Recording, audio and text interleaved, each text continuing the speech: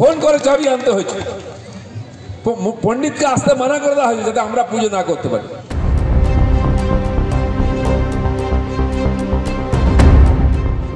সোমবার অযোধ্যায় রাম মন্দির উদ্বোধন হয়েছে। সেই উপলক্ষে মেদিনীপুর শহরের গান্ধীঘাটে তৃণমূল পরিচালিত মেদিনীপুর পুরসভার তৈরি রাম মন্দিরে পুজো দিতে যান বিজেপি সাংসদ দিলীপ ঘোষ। প্রদীপ জ্বালানোর কর্মসূচিও ছিল। বাধা দেওয়ার অভিযোগ তুলে অযোধ্যার প্রসঙ্গ টেনে তৃণমূলকে আক্রমণ করেন দিলীপ ঘোষ। বলে যে আমরা তৈরি তোমরা করো। অযোধ্যায় রাম মন্দির তৈরি হয়েছে, মোদী উদ্বোধন করলেন। তার বাবার সম্পত্তি নেই, ওটা রামের মন্দির, রামেরই থাকবে। এটাও রামের মন্দির, রামের থাকবে। কেউ কেউ বাপের সম্পত্তি মনে করছে। এত যদি উনি রামের ভক্ত হবেন, উনি 5 বছর আগে এমএলএ ছিলেন, প্রায় 8 বছর হয়ে গেছে, একটাও কোথাও রাম মন্দির বানিয়েছেন? রাম মন্দির, রাম সীতা মন্দির আমরা বানাই। আমরা হিন্দুত্ব বড় প্রকাশ করি। আমরা রামকে নিয়ে রাজনীতি করি না। এদিন রাম মন্দিরের কাছে সভা করেন দিলীপ ঘোষ। সভা মঞ্চের পাশেই ছিল মমতা বন্দ্যোপাধ্যায় ও অভিষেক বন্দ্যোপাধ্যায়ের ছবি দেওয়া হোর্ডিং। এ নিয়ে কটাক্ষ করেন বিজেপি সাংসদ।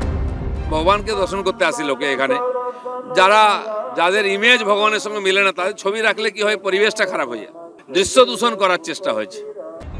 বিজেপি সাংসদের অভিযোগের নেপথ্যে ষড়যন্ত্রের গন্ধ পাচ্ছেন তৃণমূল বিধায়ক। ওনাদের মনে যদি এখন এইসব কনস্পিরেসি থিওরি ঘুরে বেড়ায়, তাহলে আমি কি করতে পারি বা আমরা কি করতে পারি? দিলীপ ঘোষ, উনি আমাদের MP, he is most welcome. অযোধ্যায় রামলালার প্রাণ প্রতিষ্ঠার 1 সপ্তাহ আগে 15ই জানুয়ারি মেদিনীপুর শহরে তৃণমূল পরিচালিত পুরসভার তৈরি রাম মন্দিরের উদ্বোধন হয়। লোকসভা ভোটের আগে জানিয়ে রাজনীতি তুঙ্গে উঠেছে। সৌমেন চক্রবর্তী, এবিপি আনন্দ, পশ্চিম মেদিনীপুর। শুনতে পাচ্ছি না, বল না। আরে 10 টাকাটা ব্যাপার নয়, আজকে 40 টাকা দিচ্ছি, কারণ 40 টাকা। বাংলা গলাবাজি চায় না, বাংলা খবর চায়। বাংলা খবর, বাংলার খবর।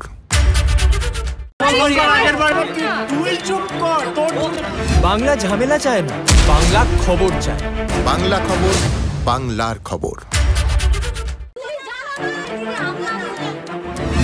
বাংলা চেঁচামেচি চায় না, বাংলা খবর চায়।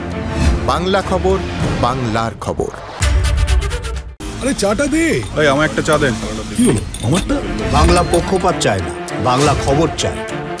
বাংলা খবর, বাংলার খবর।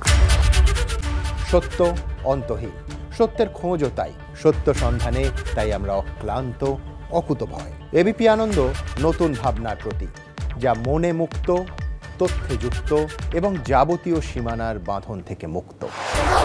সীমা না শব্দটির মধ্যে লুকিয়ে আছে মানা শব্দটি, যেন চোখ রাঙানি এক অদৃশ্য বেড়াজাল, যা আটকে রাখে আমাদের এক ছোট্ট গণ্ডির মধ্যে। একমাত্র সঠিক খবরই গড়ে তুলবে এক মুক্ত সমাজ। সেই জগৎ গড়ার লক্ষ্যে কোনো সীমানার ঠুকুটি আমরা মানব না। এবিপি আনন্দ এগিয়ে থাকে, এগিয়ে রাখে।